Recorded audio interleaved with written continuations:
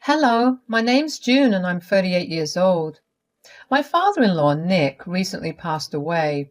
It was devastating to lose him, but grief was not the only thing that Nick's death brought. It also brought back my cheating ex-husband, Cedric. Let me start from the beginning. Cedric and I met through a dating app. I was a college student who was just looking for some fun because I was tired of being cooped up in my college dorm. Cedric was 4 years older than me and he was a working man. We matched and got to talking. We met up, went on a couple of dates. I wouldn't say that we had an instant connection, but we could easily hang out. On one of these dates, we decided to go to a bar.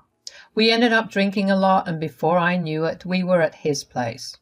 The next month, I missed a period, which had never happened all my life. I was scared for my life because I knew that there was no way that it wasn't pregnancy. I took many tests and all of them came back positive. I told Cedric about it and surprisingly, he was all on board to help me raise the child. In the next few months, Cedric transformed into this caring and very gentle man. It made me fall in love with him, so I asked him to marry me. Cedric said yes without any hesitation. When I informed my parents about my wedding and my being pregnant, they were not happy about either of those things, although they were adamant about meeting Cedric. My family was always overprotective of each other, and so future spouses were scrutinized really hard. When Cedric met my family, none of them liked him. They were nice to him, but I knew it was just a show. My mother pulled me aside after dinner to talk to me. "I'm only saying this because we love and care for you, but we don't think that boy's right for you." "How can you say that after just one meeting?" "There's just this feeling. If it was just one of us that felt that way, I wouldn't be telling you this." "What if you guys feel this way because you don't like that I'm pregnant?" "Of course we don't like that you're pregnant. You're only 20, for God's sake." But we talked about it and we came to the mutual agreement that it's your body and your choice to do what you want. We're not going to interfere with your pregnancy. This man is just not right for you. Look, I'm glad that you guys are being so understanding of the pregnancy, but you have to know that this man is the baby's father and he's been super nice to me. "I'm telling you, he will not stay. If you still remain with him, we won't help you when trouble falls." "Thank you so much for believing in me." With that, I grabbed Cedric's hand and stormed out of the house. It hurt to think that my parents had so little faith in me. I wanted to uninvite my parents, but Cedric convinced me to let them attend our wedding. In hindsight, I probably should have listened to my mom because she was never wrong about partners. I guess I was just scared to raise a child by myself. Anyway, the wedding went on as planned. It was a wonderful event. Cedric's parents were very caring of me and made sure that I was always comfortable. They were the ones who contributed the most towards the wedding, and they made sure that everything that was to be a part of the wedding included comfort for me. When it came time to give birth, I gave birth to a beautiful baby boy. Everything was going well after. Cedric took on most of the caring while I worked on finishing college. Cedric was an amazing father and he never really complained about anything. He was supportive of my career too. Once I graduated, he was the one who helped me find a job. I made significantly less than him, but at that point, something was better than nothing. Our son was growing into the cutest little child. Cedric and I were beyond overjoyed when we got to witness his first steps and hear his first words. Cedric and I had our struggles, but there was nothing that I thought was deeply wrong. We always communicated with each other about everything, and we worked really well as parents too. I was so glad that I got to spend the rest of my life with him. A good 11 years passed by in the blink of an eye. We were still that picture-perfect family, but then I came home from work one day to see Cedric in bed with another woman. My heart shattered into a million pieces. I didn't even want to look at his face. I just walked out of the house and went to stay with a friend. I arranged for my son to stay with a friend as well until I got things between Cedric and me sorted out. The next day, I filed for divorce. I asked for primary custody and for Cedric to pay child support. When I presented Cedric with the papers the next day, he was not happy. Divorce? Really? Don't make this harder than it needs to be. I don't know why you're cheating on me, and frankly, I don't care to know. Just sign it and get out of my life. Ha! You want me to pay child support? Yes, you have a son who needs to be taken care of too. You're asking for a divorce, so you'll have to deal with raising our child by yourself. How can you say that? You can punish me all you like, but why does our son have to suffer? I never wanted him in the first place, but at the same time, I couldn't risk you going to my family if you chose to complain about me not being supportive. I will not pay you anything. You can say what you like, but the court will make you pay child support. See you in court. It hurt to find out that Cedric never loved me. It hurt like crazy. Who spends a decade with someone out of obligation? If he had told me no all those years ago, I would never have done that. At least I would have had my family's support. But regardless of my pain, I knew I had to keep going. The court hearings were not easy to attend. Cedric kept going on about how I had trapped him in a marriage, but I had managed to have significant proof against what he was saying. The court ordered him to pay child support at the start of every month starting next month. Even though I was still hurting from the divorce, I was glad that my son wouldn't be getting harmed. A week after our divorce, the next month began, so Cedric had to pay me child support, but for some reason, I could never get through to him. Over the next week or so, I tried to get a hold of him many times, but his number was disconnected. There was no way of telling whether he was reading any of my emails, and I was blocked from his social media. I tried to get through to him by creating another account, but even that one got blocked. I tried to reach out to him through another new account, but suddenly I couldn't find his account. He had deleted his entire account. I called Cedric's job, and they told me that he had quit his job 2 weeks ago because he had to move abroad. I was panicking. I contacted my lawyer and asked him what I should do if my husband ran away to another country. He asked me if I knew which country he had moved to because we could still get the child support reinforced. But I had no idea where he had gone. My lawyer told me that I could technically have the government search around, but that would take a lot of time and money, not to mention that I might not even get any results. I had no way of finding out where Cedric was, which meant I had to figure out how to raise my son on what little money I had. I had some savings set aside for a rainy day, and well, that wasn't going to last me very long. I knew my parents wouldn't help me because they had warned me not to be with him. If I asked my friends for help, there was only so long they could help me. The only people I could ask was Cedric's parents. I had a great relationship with them. In fact, after Cedric and I had told them that we were getting divorced, they were more concerned about me than their own son. They were really wealthy, and I knew they were a safe bet. I didn't expect them to give me a crap ton of money every month. I just needed what Cedric was ordered to pay. Even a little less than that would work. Although I didn't want to contact them immediately, I decided to just go on until I couldn't take care of my son and myself. I lasted about 3 months. It was a real struggle to pay all the bills. By the end of the month, I could only feed my son, but I figured things would all be okay. I was actually even beginning to stop entertaining the idea of asking Cedric's parents for help.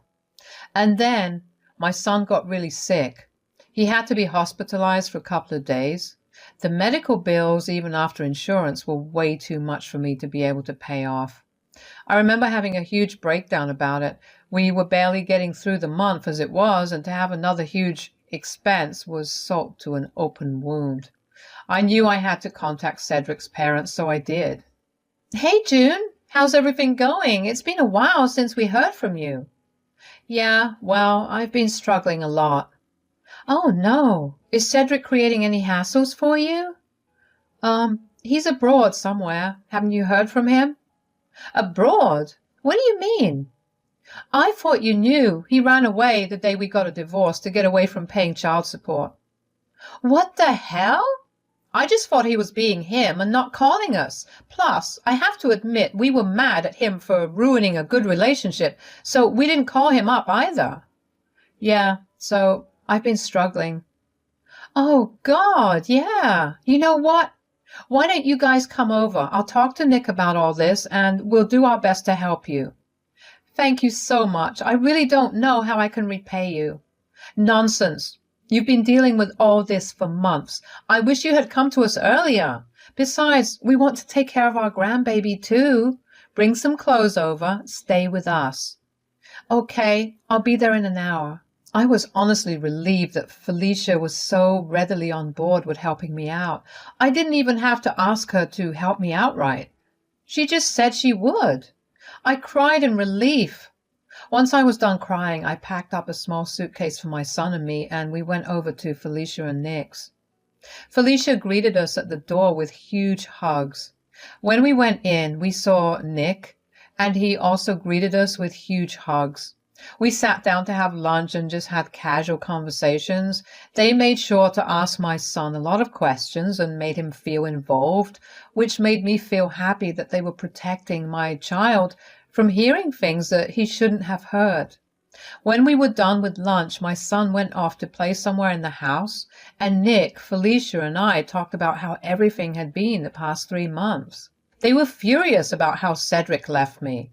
They told me they were disappointed to find out that Cedric had been having an affair, but to find out that he had also abandoned his one duty as a father was infuriating.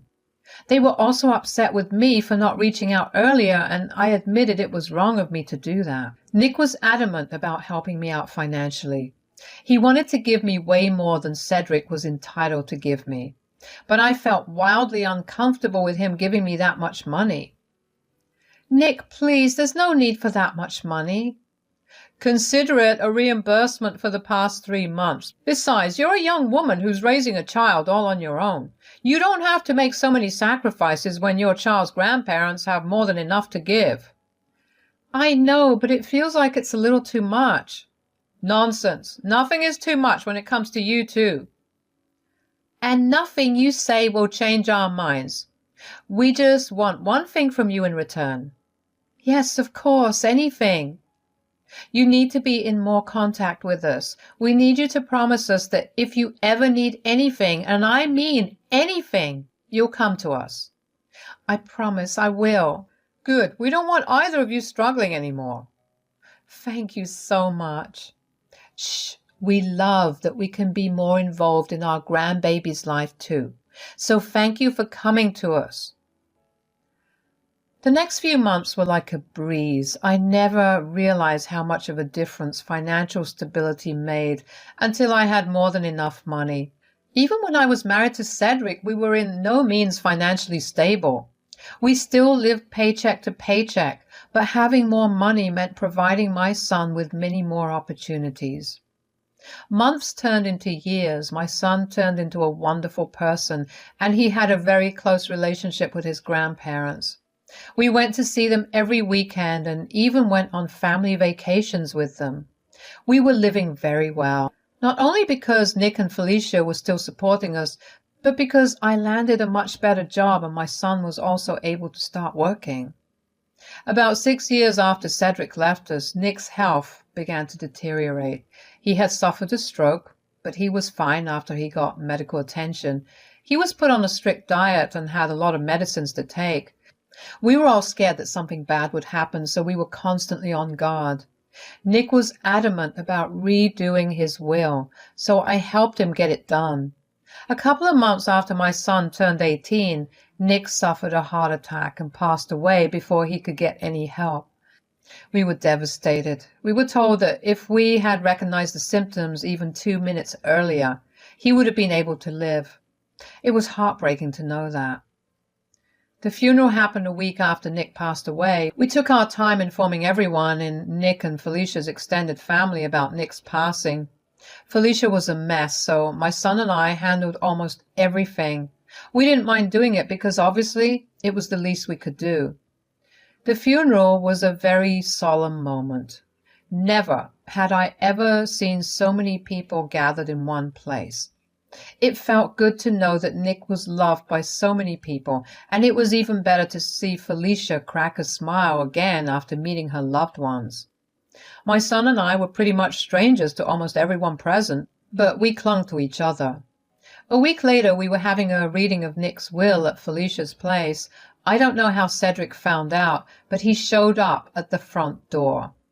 I was the one that opened the door, and the sight of him made my stomach drop. I felt a lot of emotions in the moment.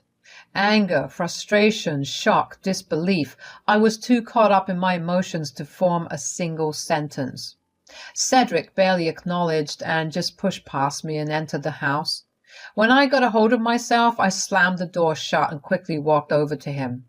I heard Felicia gasp in shock. When I walked into the living room, I saw Cedric standing there looking unbothered while Felicia looked like a ghost. I decided to speak up.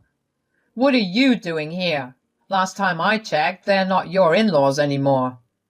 "That is none of your business. You were the one who ran away and even cut contact with your parents.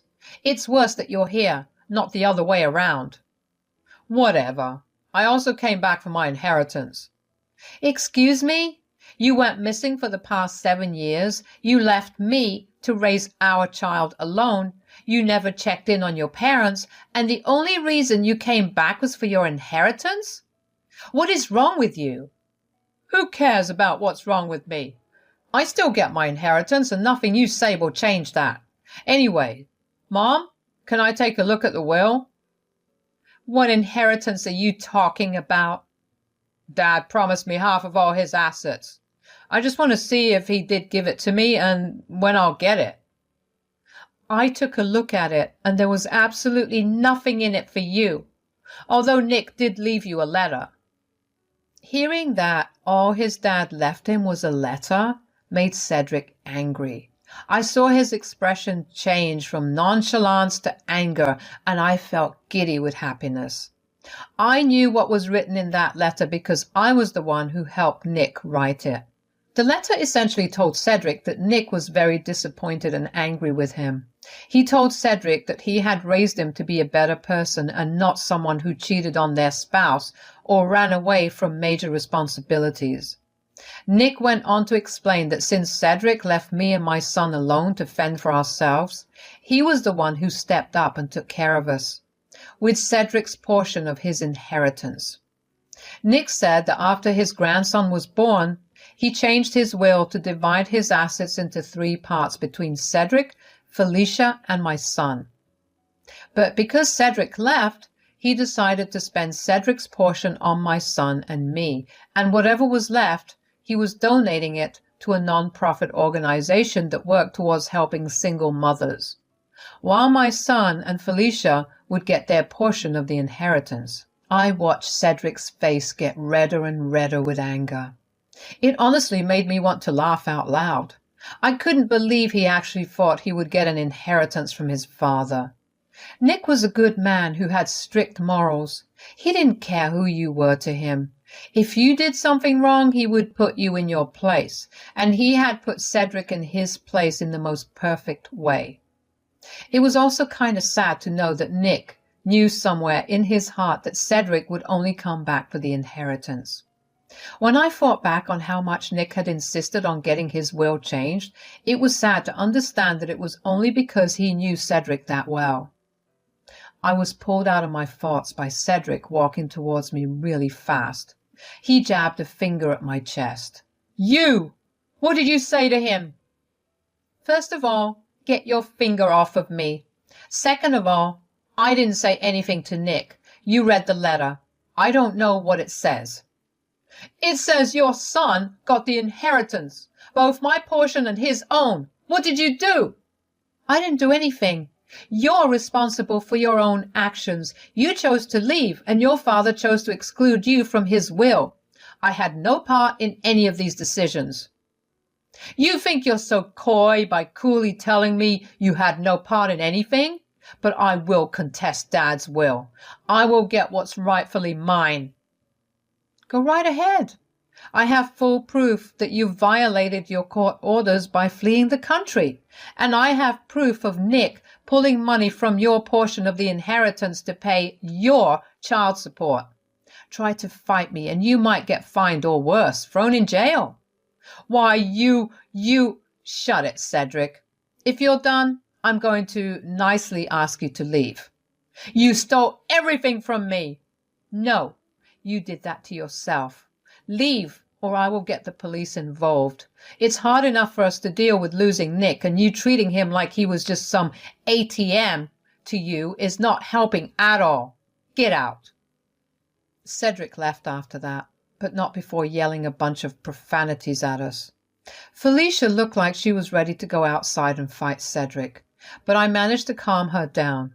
I was glad that my son hadn't come along today because I didn't think he'd have dealt with Cedric so lightly.